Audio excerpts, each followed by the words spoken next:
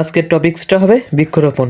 So hello everyone, welcome to my another blog. আজকে আমাদের department থেকে আমাদের সবার একটা দায়িত্ব দিয়েছে, আমাদেরকে ফুল গাছ রোপণ করতে হবে। যেই কথা সেই কাজ। তারপর আমরা কোদালার বস্তা নিয়ে সোজা চলে গেলাম কলেজ ক্যাম্পাসে মাটি কাটতে নয়, যেন মনে হচ্ছিল আমরা কাউকে ধরে আনতে যাচ্ছি। আমাদের এমন একটা গ্যাং গ্রুপ ছিল, কি বলবো ভাই, যাওয়ার সময় কলেজের সবাই আমাদের দিকেই দেখছিল। যাই হোক, তারপর আমরা সোজা চলে গেলাম কলেজ ক্যাম্পাসের একটা কোনায়। সেখান থেকে মাটি কাটতেই দেখি সেখানে শুধু পাথর আর পাথর, পাথরে তো আর ফুল গাছ হবে না। তারপর সেখান থেকে মাটি না নিয়ে সোজা চলে গেলাম অন্য পাশে। সেখান থেকে মাটি নেওয়া শুরু করলাম। কেউ কেউ কোদাল চালাচ্ছিল আর কেউ কেউ ধরছিল বস্তা।